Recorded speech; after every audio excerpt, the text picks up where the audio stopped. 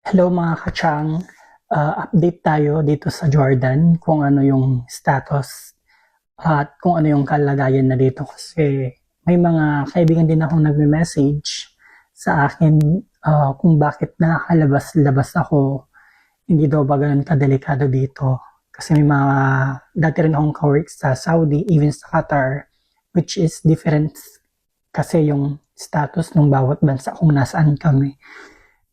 Sa totoo lang dito sa Jordan, hindi siya gano'n kadelikado. And ang parang kinatatakutan lang namin dito mga katyang is yung debris na bumabagsak. Kasi usually, nasa gitna po kasi ang Jordan. Israel, Jordan, then yung Iran. So, kaya sa debris kami uh, parang natatakot. Kasi sa taas, usually, doon hinaharang yung mga missile na bumabagsak papuntang Israel. So kung sa impapawid pa lang tinitira na nila, yun yung mga bumabagsak dito sa Jordan. And so far dito sa Aqaba last 2 weeks, parang may bumagsak na parang missile sa 9th area, tsaka dito sa Aqaba, which is 30 minutes far lang dito sa amin.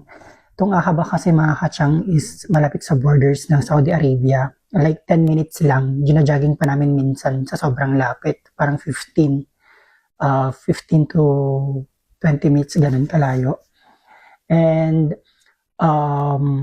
yun yung parang pinaka kinatatakutan lang namin. And so far, nagkaroon din ng repatriation dito sa Jordan. Siguro yung mga gustong umuwi, which is ganun din, nakakatakot din talaga as long as for your safety, syempre uuwi ka. Ako takot din naman, pero yun nga mga katyang and sa mga kababayan kong OFW, dito sa Jordan is safe kami.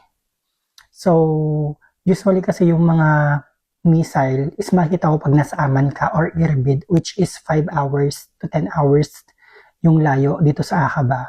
From Aqaba, yung place ko to Aman, it's 5 hours. Tapos kailangan mo po ulit magbiyahe ng 5 hours Aman to Irbid. So far okay naman lahat. Bali, may news dito sa Jordan na page yung Jordan Royal. Doon kami lagi nag-check. And ang maganda dito sa Jordan, mga katyang, meron sila yung tinatawag na siren. So parang pag may warning, tutunog yon. Kaya para maging handa kami. So yun lang mga katyang, so far okay naman na lahat, walang problema. Parang nasign na rin kami pag may tumutunog na siren. But overall, safe kami dito. Especially din sa family ko, lagi ko din silang ina-update. So sa mga kawork ko dati sa Saudi and Qatar, stay safe lang and pray. Yan lang lagi. So, ayun mga katyang, thank you sa pagsuporta sa munti kong bahay sa Facebook account ko. So, patuloy lang mga chang. Please follow, like, and share. And until my next vlog mga kachang, that's the update. Good night.